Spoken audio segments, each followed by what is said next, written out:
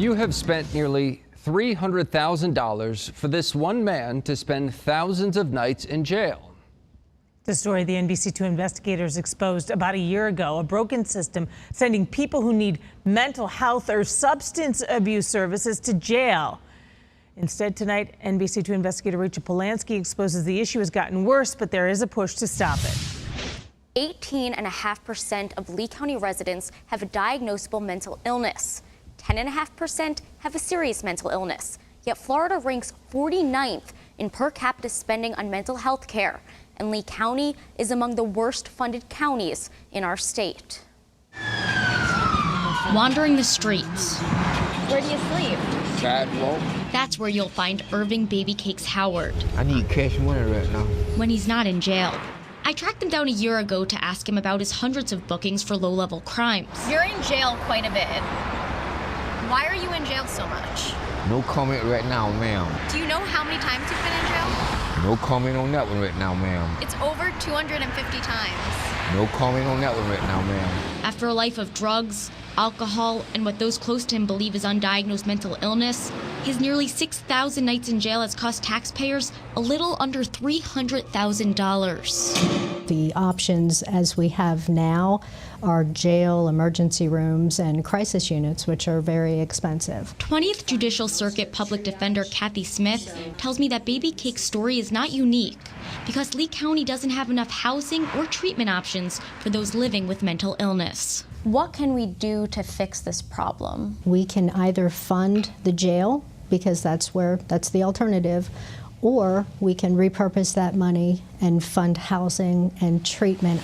And there are other options, like Hope Clubhouse.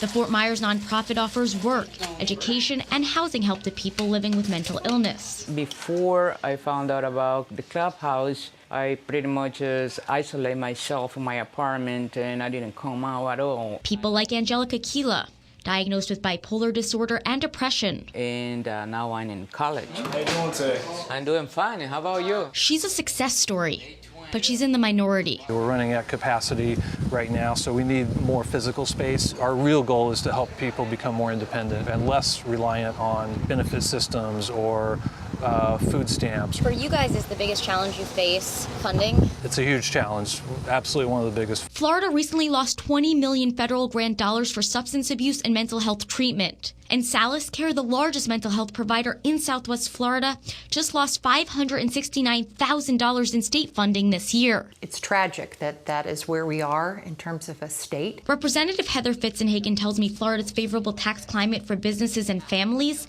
is partly to blame. That results in not enough money for services. So when we have the withdrawal of federal funding like we did in mental health or in any other area, it is devastating. Devastating for lawmakers and taxpayers, because getting the mentally ill treatment costs less than tossing them in jail. According to the state DOC, housing an inmate for 1 year costs about $20,000. I'm working on it now. Lee County Commissioner Cecil Pendergrass says he's well aware of these issues. But if you want to see a big change, you have to email and call your lawmakers. Me personally, I want to keep the funding for that.